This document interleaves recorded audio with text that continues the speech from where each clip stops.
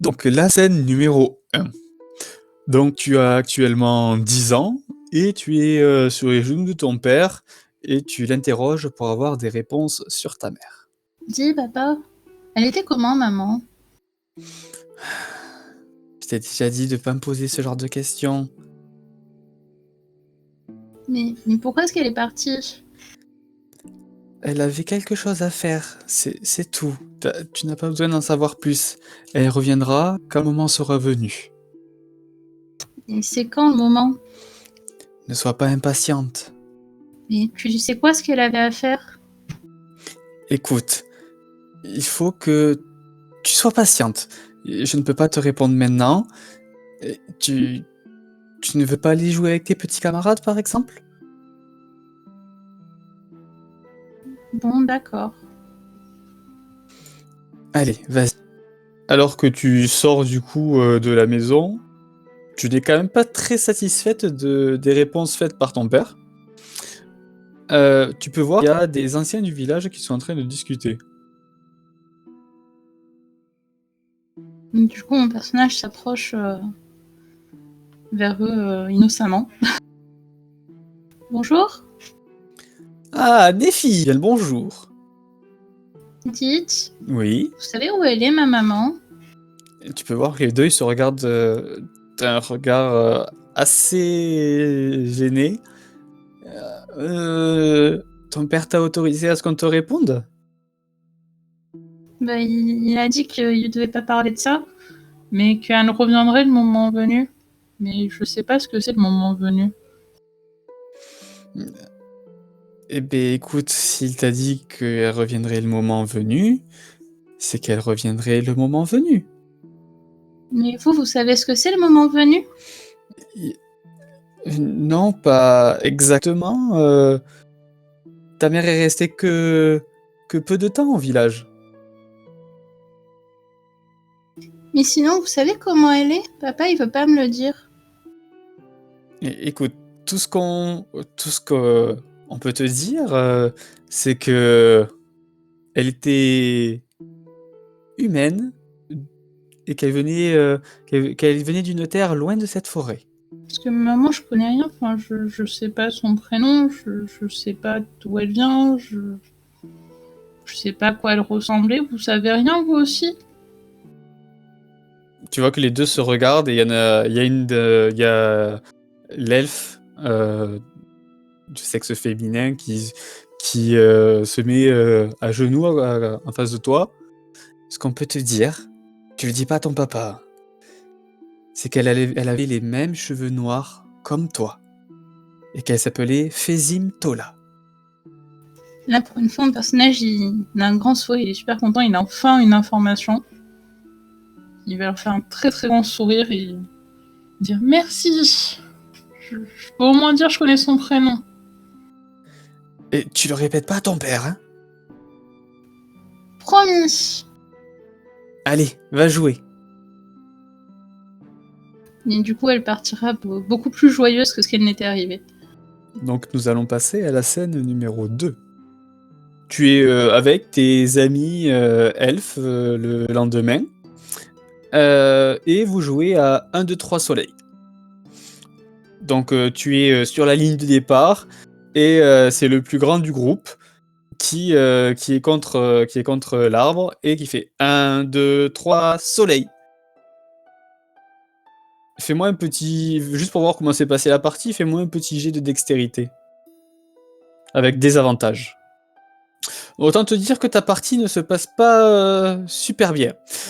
Tu commences à courir dès le soleil, il se retourne et tu te fais prendre plusieurs fois sans jamais arriver au soleil.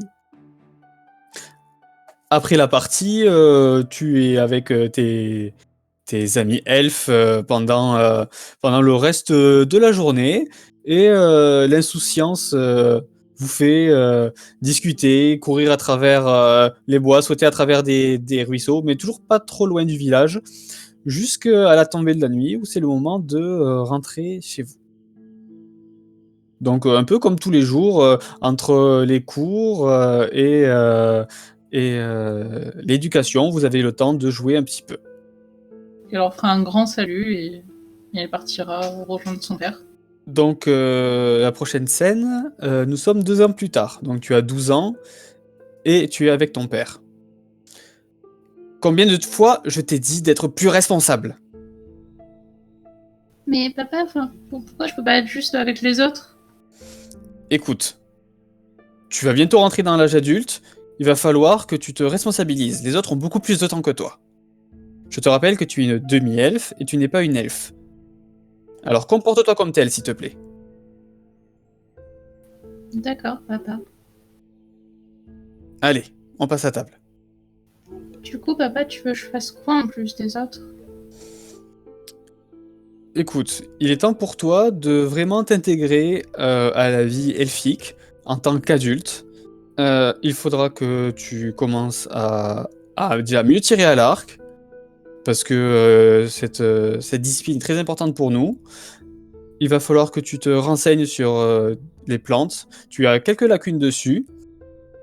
Et il va falloir que tu commences un petit peu à explorer les alentours de la forêt sans pour autant rester près du village comme les enfants. Pour l'instant, c'est tout ce que je te demande, et de ne plus jouer aux enfantillages, chats et autres niaiseries. Mon personnage fera un visage assez triste et en ayant les yeux rivés sur son assiette, dira juste d'accord. Allez, c'est bien. Tu comprends, toi tu es adulte à 20 ans, c'est pas... Les autres, ils ont un petit siècle devant eux. Mais pourquoi est-ce qu'on est si différents? Enfin, j'ai toujours pu jouer avec eux. Comment t'expliquer ça? Je sais que tu n'es jamais sorti du village pour l'instant, mais nous n'avons pas tous la même longévité en ce monde. Tes amis, eux, vont pouvoir avoir plus de temps pour grandir, pour être considéré. Toi, tu vas pouvoir avoir la chance d'être considéré de bonne heure. Ton avis va pouvoir rentrer en compte dans le village, bientôt. Du coup, ça veut dire que je suis plus rapidement comme les anciens? Non. Les anciens est un poste réservé aux elfes de sang pur, hélas. Mais tu pourras être comme un adulte normal. C'est pour ça que maman elle est partie? Non, je t'ai déjà dit que tu saurais en temps et en heure.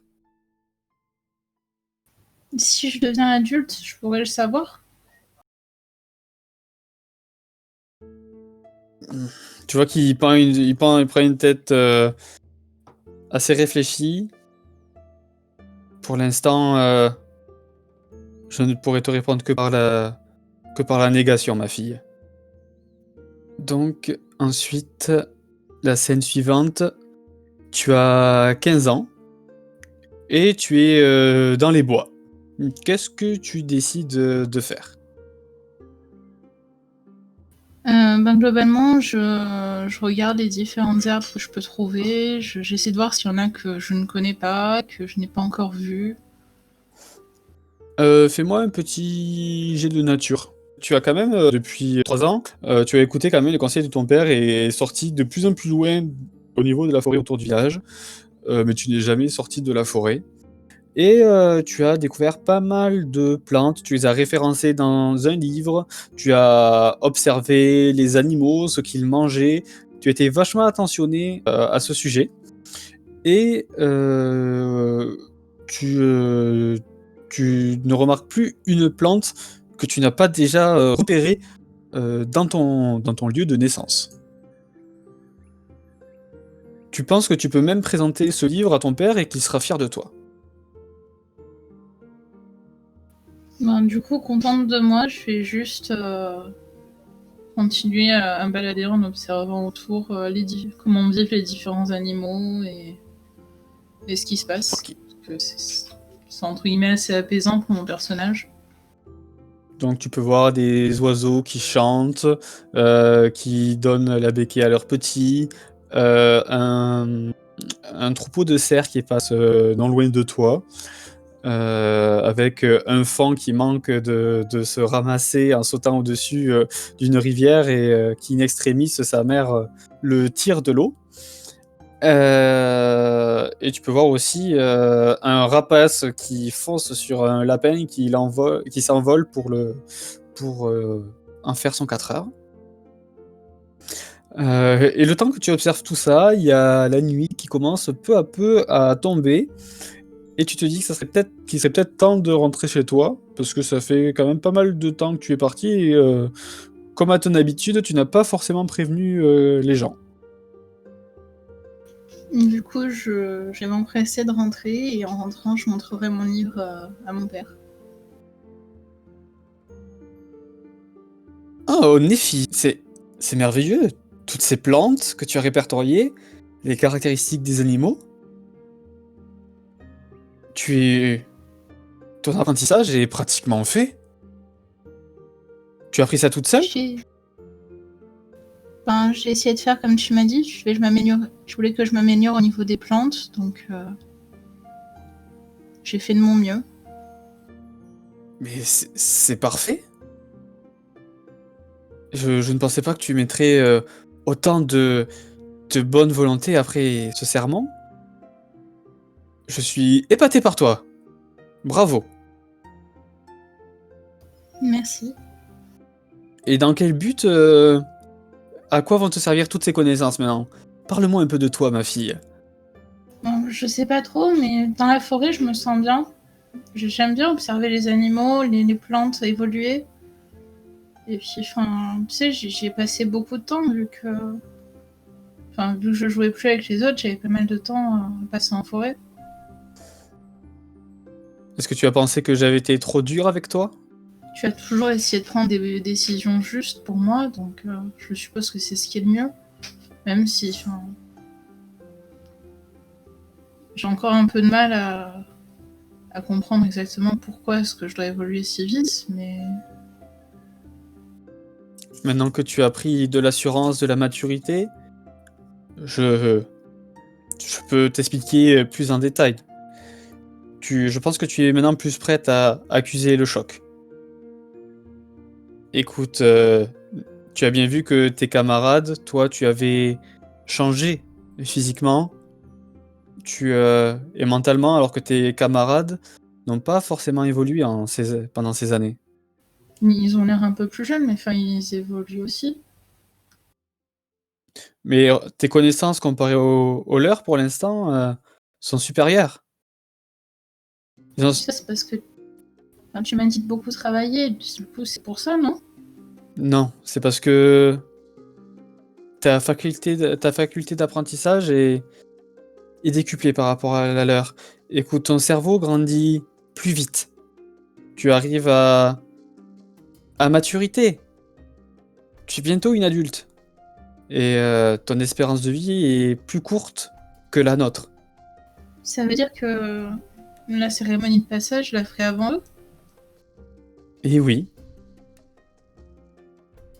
Toi, elle sera 20 ans. Mais du coup, pourquoi est-ce que juste les elfes qui ont déjà fait leur cérémonie de passage, j'arrive pas à rester avec eux? Ça, ma fille, je ne sais pas. Tu me dis que dans quelques années, je serai adulte comme eux, et pourtant, ils me traitent quasiment comme les autres elfes, de mon âge. Écoute, je sais que c'est pas facile pour toi au niveau du village. Ils te traiteront mieux lorsque tu auras passé ton rite. Pour l'instant, tu es encore une enfant. Moi, je te vois déjà comme une adulte, mais pas eux. D'accord. Ok, on va passer à la scène suivante. Tu as maintenant 18 ans et tu te balades en forêt, encore comme ton habitude. pour te renforcer physiquement.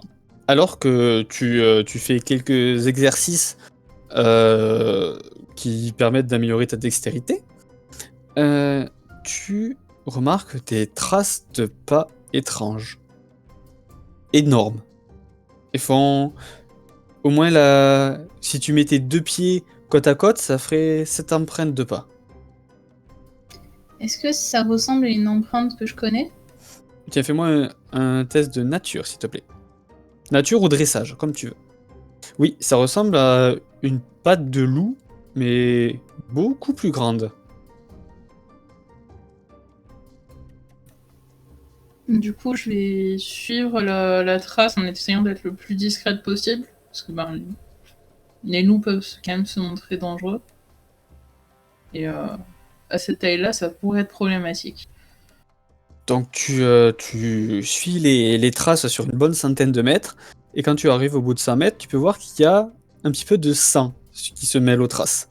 J'accélère pas parce que ça. En restant discrète, parce qu'un animal blessé peut être encore plus dangereux qu'un animal en bonne santé.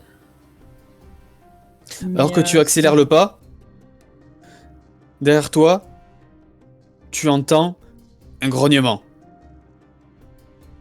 Je me retourne en position défensive, genre.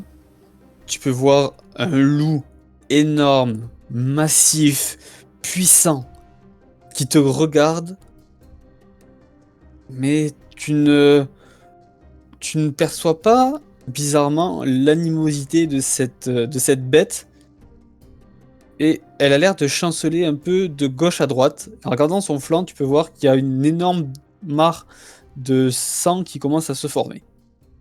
Je vais essayer de faire des gestes les plus lents possibles. Tu peux voir que lorsque tu t'approches un petit peu, il y a ces babines qui se retroussent pour faire apparaître ces crocs. Est-ce que j'ai quelque chose sur moi pour arrêter un saignement ou pas du tout? Tu sais qu'avec les plantes qu'il y a autour, tu pourrais faire une sorte de cataplasme. Du coup, je vais commencer à essayer de ramasser les plantes en gardant un œil sur le loup, histoire qu'il me saute pas dessus non plus. Tu remarques que le loup est vraiment sur la défensive, mais il te regarde passivement. Au bout de 1-2 minutes, tu as réussi à rassembler les composantes nécessaires. Du coup, une fois que j'ai tout, je vais tenter de m'approcher doucement. Attends, calme-toi, je vais t'aider, d'accord? Ok, fais-moi un autre jet de dressage, s'il te plaît. Oh. Très bien.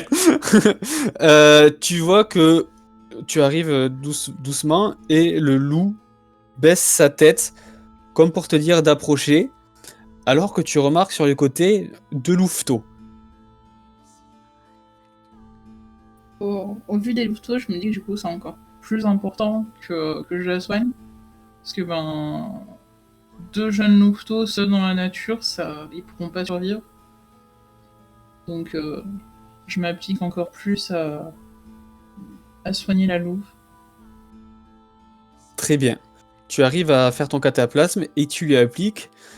Et le cataplasme durcit légèrement au bout de quelques temps. Elle ne bouge pas. Tu arrives à la laisser sur le côté et même à la caresser. Et le saignement diminue largement. Tu penses que ça ira. Est-ce que je connais une grotte qui serait dans les alentours? Oui, effectivement, je pourrais la diriger. À force que tu as fait le tour de la forêt, tu sais que à 200 mètres d'ici, il y a une grotte. On la rejoint, mais sans appuyer vraiment, genre comme pour lui faire signe qu'elle me suive, avec ses petits si elle en a encore la force.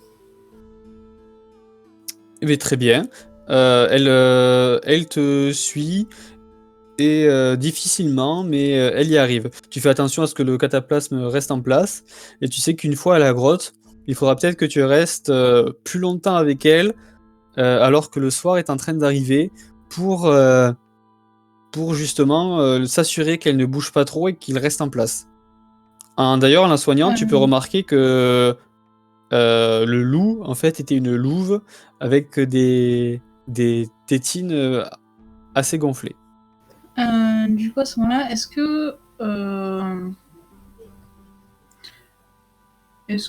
avec mes qualités de médecin, est-ce que je pense que je peux faire un aller-retour au village, juste pour prévenir qu'il faut que je reste dans la forêt avec un animal qui est blessé? Non, tu sais que tu n'auras pas le temps. Si elle bouge, ça peut se rouvrir et être très grave.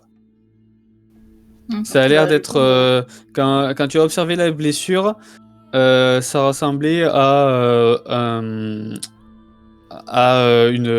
morsure qui lui a carrément déchiré une bonne partie de l'abdomen. d'accord. Ben, du coup, juste, je resterai à côté, à la rassurer et à faire en sorte que quand les petits vont se nourrir, qu'ils la blessent pas plus. Ok, tu arrives à faire ça très bien et le soir, la lune commence à arriver. Le personnage va peut-être poser un piège, s'il a ce qu'il faut. S'il y a une corde ou quoi que ce soit, un petit truc, genre pour attraper un animal pour que la louve puisse reprendre des forces. Ok, oui, tu as ça. Quand tu pars, en général, tu as tout un petit attirail de chasseur-cueilleur, on va dire. Donc voilà, je passerai un petit piège et je retournerai dans la grotte pour y passer la nuit en fait avec les loups. Ok. Donc tu arrives au bout de... tu vas poser ton piège, tu retournes avec les loups, et lorsque tu reviens voir le piège après quelques heures, tu as fait une belle prise, un gros lièvre bien gras que tu ramènes à la louve. C'est ça que je pose devant elle, genre tiens. Très bien. Et du coup, elle va le dévorer. Elle se met du sang partout en dévorant la bête hein, autour de sa bouche. Les petits, en même temps, vont téter. Et tu peux voir que le loup te regarde avec des yeux, tu vois, comme un chien qui te déclare son amour, tu vois. Bah du coup à ce moment-là, je vais lui caresser la tête et je vais lui dire moi c'est Nefi. J'espère que tu te rétabliras vite. Et elle te fait une petite léchouille. Tu passeras la nuit dans la grotte à veiller à ce qu'elle ne bouge pas trop. Quelques moments, elle va bouger, mais tu vas lui appuyer la main sur la nuque pour qu'elle reste vraiment allongée et que elle ne bouge pas trop. Et au petit matin, que fais-tu? La blessure allait d'aller mieux. Est-ce que j'ai là du coup la blessure, c'est encore en état critique ou ça va mieux déjà? Tu sais qu'elle pourra marcher librement, mais elle a pas l'air de vouloir trop sortir de la grotte pour l'instant. Ben du coup je vais reposer un piège et je vais retourner au village pour dire que je vais bien. Ok. Tu arrives au village. Tu peux voir qu'il y a quelques adultes qui sont avec des arcs et qui s'apprêtaient à partir. Ton père devant en train de leur dire il faut la retrouver, elle est pas rentrée. Et à ce moment, tu arrives, il te voit, il court vers toi et te fait Néfi, tu vas bien? Qu'est-ce qui s'est passé?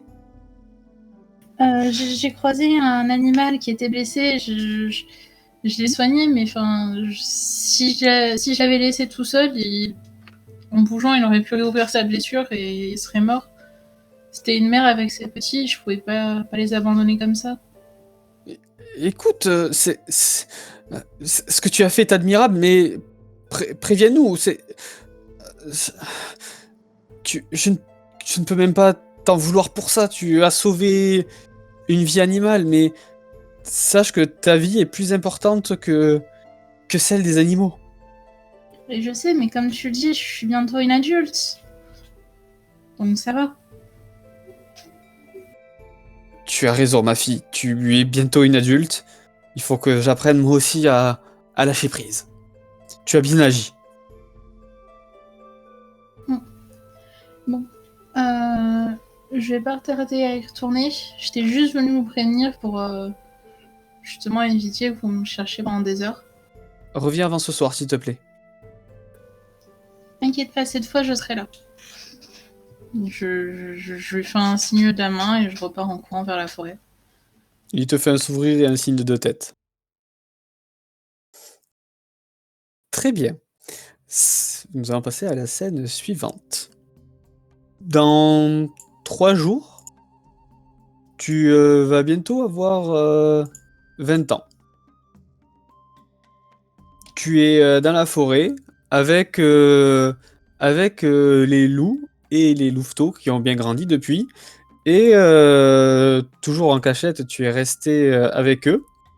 De temps en temps, tu t'absentais du village et tu allais les voir. Vous avez quand même tissé un lien assez fort. Et là, tu t'amuses à te battre gentiment, comme le ferait un homme et un animal pour s'amuser. Tu vois que le loup met des faux coups de croc, des faux coups de patte, et les louveteaux se mettent entre tes jambes pour essayer de te faire tomber. Vous jouez depuis bien quelques minutes, tu commences un peu à être essoufflé et à plus pouvoir vraiment te défendre. Et donc tu es fatigué, et avec sa grosse patte, le loup te pousse en arrière. Tu tombes sur les fesses et il se met sur toi. Comme il a l'habitude, les petits sont partis de tes jambes et sont partis se cacher. Parce que ça devenait un peu trop brut pour eux. Et avant que tu n'aies eu le temps de sourire, de souffler ou quelque chose comme ça, tu peux voir une flèche qui arrive au niveau de la nuque du loup. Tu n'as pas vraiment le temps de réagir. 2 elfes surgissent à tes côtés et t'enlèvent de là où tu es. Et tu peux les voir planter ton ami. Du coup, là, mon personnage serait plus avec, genre un peu en état de choc, pas réaliser ce qui se passe en fait. Les elfes, s'ils font attention, pourront voir des larmes couler. Et juste, genre, sur le coup, elle criera pas, elle est vraiment juste sans comprendre vraiment ce qui se passe, sans réaliser. Alors que tu te fais enlever de ton jeu et tu vois le loup avec qui tu as passé pratiquement 2 ans de manière assez récurrente hurler à la mort. Tu peux voir les 2 louveteaux qui sortent des fourrés, apeurés par les cris de leur mère, et les elfes au loin qui les voient, crient de panique et leur tirent des flèches dessus, et tu les vois s'écrouler. Là, mon personnage, je criera le nom des 2 loups. Yalmay! Tu peux sentir une étreinte sur toi, et quand tu tournes le visage, tu vois le visage de ton père très proche de toi. Il te fait « C'est bon, tu n'as rien. On est venu me raconter que tu te faisais attaquer. J'ai eu tellement peur. » Et là, ça, elle le repoussera et elle ira vers Gia, Liane, Aimé, qui... Elle est en train de réaliser en fait ce qui vient de se passer. Et elle n'arrive pas à croire en fait ce qui se passe. Hélas, quand tu arrives au niveau du corps du loup, tu peux déjà sentir que sa température a tiédi et les louveteaux sont déjà froids.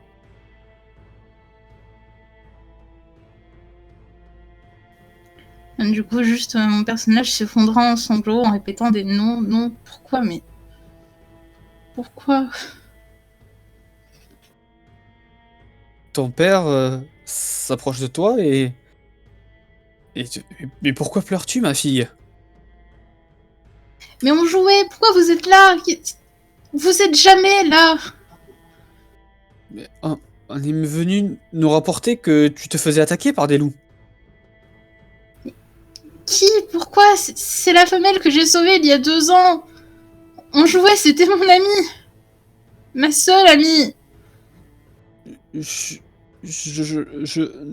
nous, tu peux voir les autres elfes qui se regardent, euh, qui, qui détournent le regard. Ils ont l'air assez gênés et ils commencent à comprendre ce qui s'est passé. Ils rangent leurs armes et certains viennent aussi près de toi et te disent, nous ne savions pas, on nous a rapporté que tu étais en train d'être attaqué et nous pensions bien faire. Oui, vous ne saviez pas. Je suis toujours seule ici. Alors oui, vous ne saviez pas. Pourquoi est-ce que la seule fois où vous venez, c'est pour faire du mal? Mais tu peux voir une fille qui s'avance, qui était une de tes camarades avec qui tu jouais lorsque tu étais plus jeune. Elle s'avance et te fait, Eh, excuse-moi, Néfi, c'est moi qui suis allé les chercher. Je n'ai pas cherché à comprendre, je t'ai vu t'écrouler sous les griffes de cet animal et j'ai cru que prévenir les adultes serait ce qu'il y avait de mieux. Bien sûr, je ne pensais pas mal, mais c'est ce que ça ramène. Bon, laissez-moi. Et juste, elle partira pour plus s'enfoncer dans la forêt. Tu peux juste entendre ton père qui fait laissez-la, nous avons fait quelque chose d'horrible aujourd'hui. Suite à cela, que décides-tu de faire? Tu t'enfonces dans la forêt et ensuite Elle ira se mettre un peu en boule en haut d'un arbre et ne rentrera au village qu'à la tombée de la nuit. tu rentres au village à la tombée de la nuit et tout est silencieux. Personne n'est dehors. Et tu rentres là où est ton père, qui t'accueille aussi silencieux. Il ne sait pas quoi te dire, il reste juste debout devant toi. Et tu peux voir que le repas est déjà prêt. J'irai juste dans ma chambre sans un mot et je commencerai à mettre de l'ordre dans mes affaires. Tu peux entendre toquer à ta porte. Les fils, c'est moi. Je suis désolé pour ce qui est arrivé. Je sais très bien que vous êtes tous désolés, mais ça ne les ramènera pas. Je vais te laisser tranquille pour le moment. Dans 3 jours, tu deviendras adulte, définitivement, et tu recevras ton nouveau nom. Je pense que je continuerai à utiliser celui que vous m'aviez donné à la base. Après tout, c'est un prénom humain et je pense que j'ai besoin de prendre mes distances avec tout ça. Très bien, je comprends ma fille. Donc nous retrouvons maintenant 3 jours plus tard, lors de ta cérémonie de passage à l'âge adulte.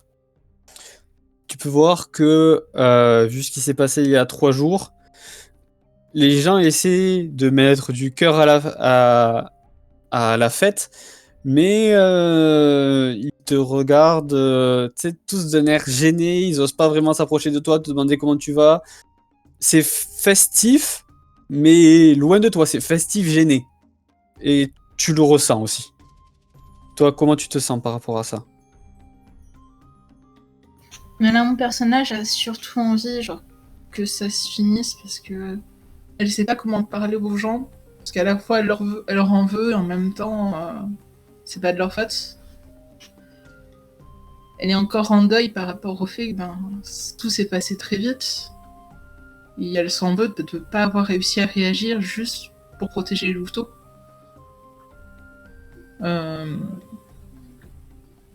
Là, juste vraiment dans sa tête, elle a qu'une envie, c'est de finir et de partir. De partir et de pouvoir trouver sa mère, trouver des réponses, trouver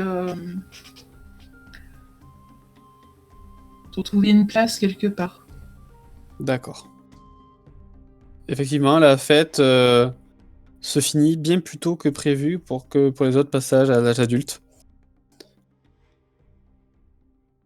Et ton père essaie d'arriver vers toi. Que fais-tu? Bon, mais là, maintenant, c'est ton nom, à toi de décider si tu as changé d'avis ou pas. Si tu veux garder ton nom de naissance ou si tu veux prendre ton nom elfique. Je préfère m'appeler Néfi que porter un nom elfique d'une enfant. Très bien. Eh bien, rentrons à la maison alors. Du coup, mon personnage rentrera et finira de préparer ses affaires pour partir dès l'aube le lendemain. Est-ce que tu préviens que tu pars ou alors tu pars sans te retourner, sans rien dire à personne? Non, je pense que je partirai sans rien dire. J'aurais peut-être juste laissé un mot disant qu'il me faut du temps.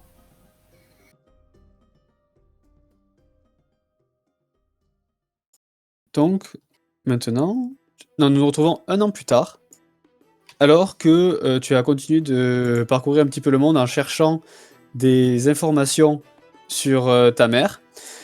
Et ça t'a amené dans une petite bourgade où tu occupes pour l'instant le travail de serveuse, car tu t'es dit qu'écouter les conversations des gens, ça te servirait sûrement à glaner des informations. Pendant cette année, est-ce que tu n'as fait que rechercher des informations ou tu as fait d'autres choses? Non, bah, j'aurais continué à apprendre de plus en plus de choses sur tout ce qui est plantes et animaux. J'aurais aussi taillé, alors je m'y serais sûrement repris à plusieurs fois, un pendentif en forme de tête de loup pour jamais oublier mes 3 amis. Tu auras continué d'aller dans les bois quand il y a un bois pas loin de la ville où tu te trouves. Tu auras trouvé des écritures que tu ne connais pas, sculptées à même du bois. Et alors que tu les regardes, il y a une personne qui est venue te voir, un paysan, qui te disait que des druides étaient de passage souvent dans la région et que ce que tu étais en train de regarder était leur langue. Donc, du coup, à ce moment-là, je me dis que si j'arrivais à en rencontrer un, ça pourrait être bien d'apprendre de lui parce que pour voyager, être aventurier peut être pas mal. Et qu'en voyageant, je trouverais sûrement plus d'informations. Donc après que tu aies pris cette décision, tu as décidé de suivre ces écritures. Tu as remarqué qu'il y en avait un petit peu au niveau des arbres, comme si ils se parlaient en utilisant les écorces. En remontant cette piste, tu es retombé sur un vieil homme avec une barbe grise au plein milieu de la forêt qui se faisait... qui avait l'air de parler avec des oiseaux. Bonjour. Il s'attendait pas à voir quelqu'un ici. Bonjour, vous êtes perdu? Non, je m'appelle Néfi et j'ai vu ces écritures. On m'a dit que c'était des écritures druidiques. Oui, c'est bien cela.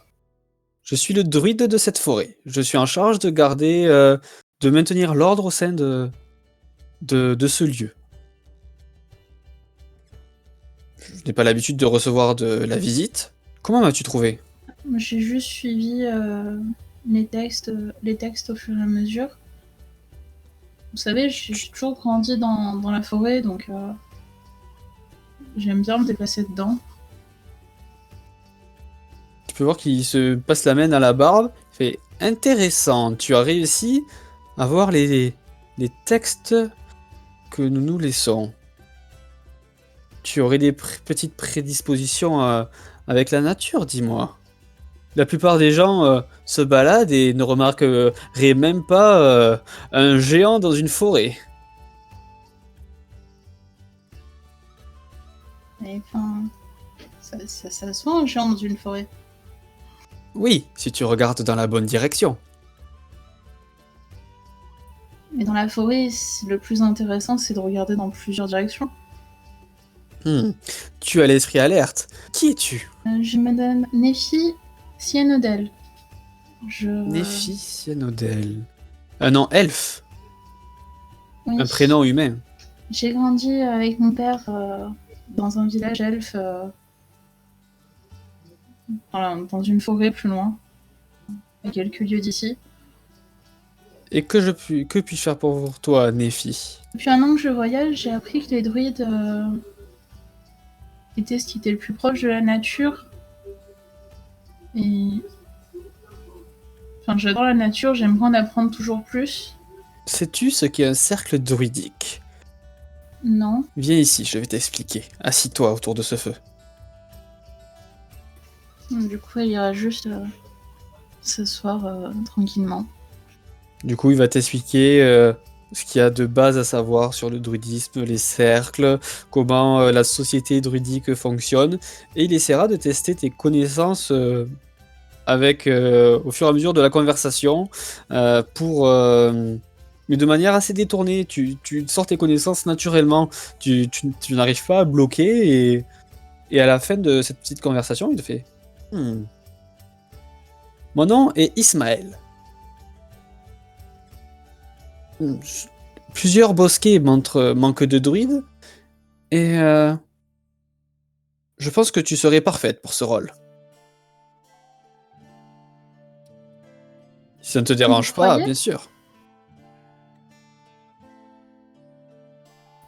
Mais je suis aussi à la recherche de ma mère, donc je sais pas si je pourrais rester à un seul endroit longtemps. Tu peux très bien veiller alors à ce que la faune et la flore des différents endroits que tu visites soient à l'équilibre. Là, je regarde avec un grand sourire, je dis, ça oui. Enfin, de toute façon, j'aime pas laisser un animal blessé mourir seul, ou même... J'aime pas ce que les humains font, les chasses où au final ils n'utilisent pas tout. Laisse-moi t'enseigner ce que nos cercles peuvent t'apprendre. Tu ne maîtriseras pas tout de suite, mais tu en auras la théorie. Tu devras prendre des notes et t'entraîner régulièrement pour arriver à ce résultat. Et tu peux voir que il se change, sa peau commence à se muer de poils, ses affaires commencent comme un petit peu à fusionner avec lui, et tu peux voir qu'il se transforme en ibours. Un ours avec une tête de hibou. Et hop, il redevient humain. Non, personne, je vais juste regarder avec genre des yeux pétillants. Comment vous avez fait ça? Grâce à l'énergie de la terre, tu pourras prendre bien des formes animales.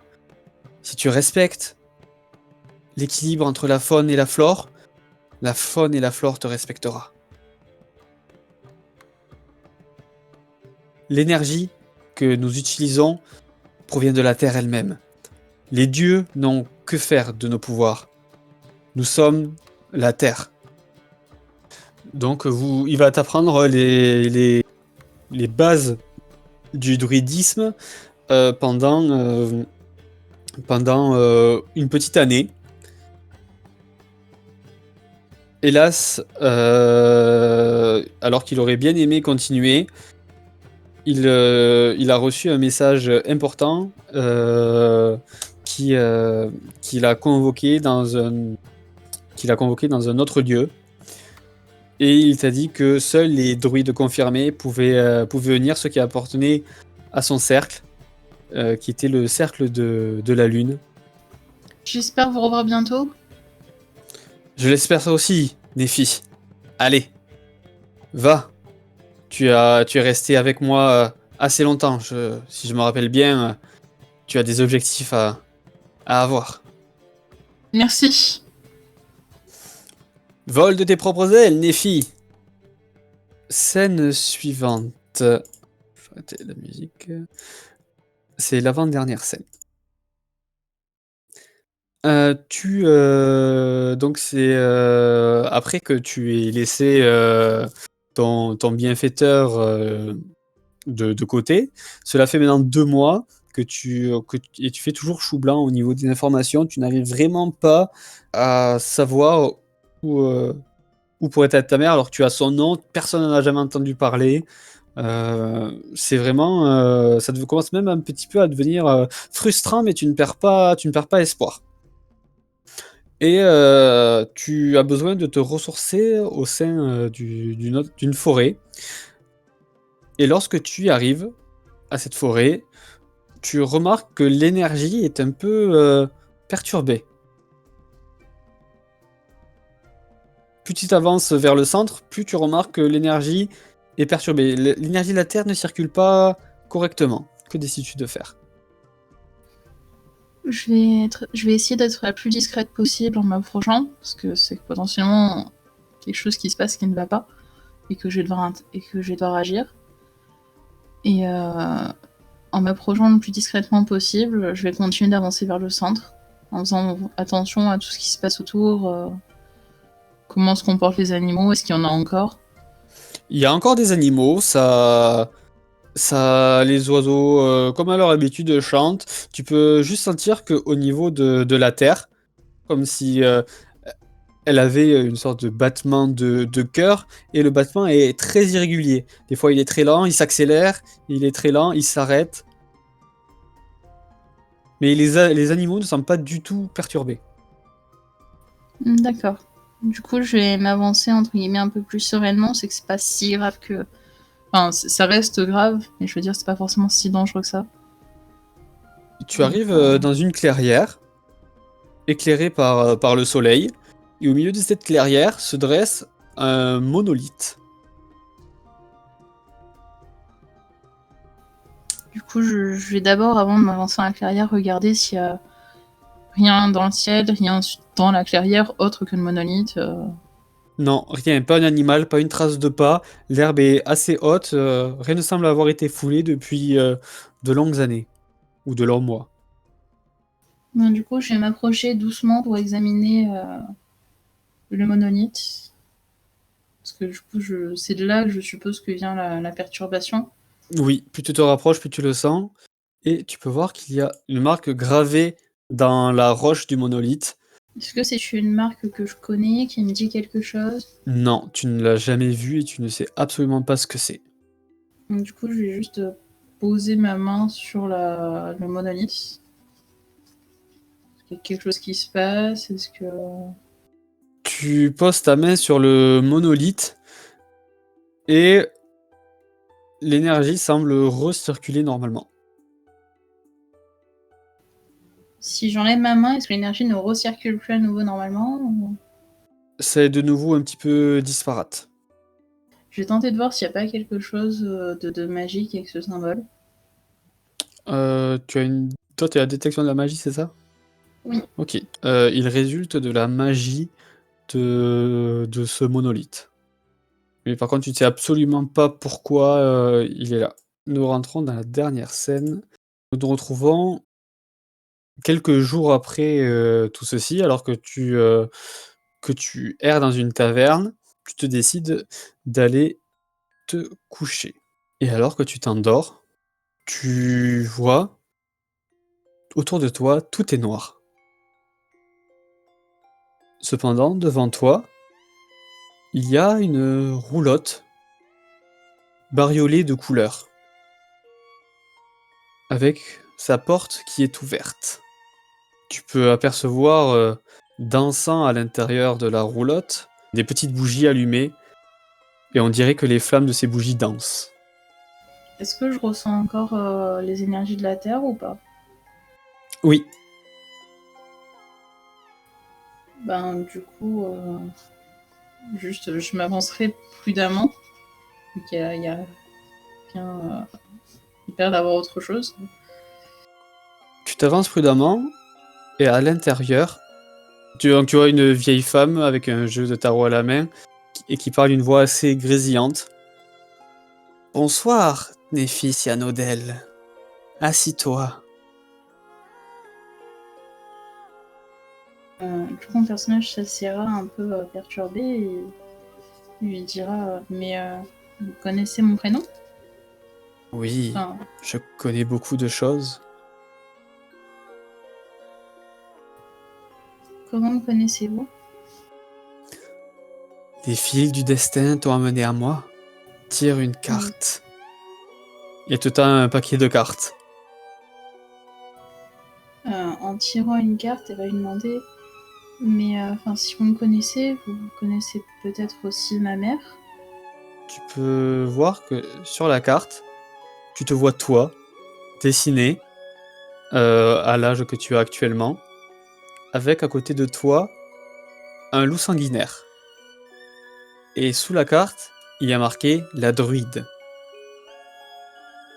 Mais comment est-ce que vous savez pour le loup et enfin, Si tu qu'est-ce veux que des ça veut dire? réponses sur ce que tu recherches, rends-toi à la croisée des chemins.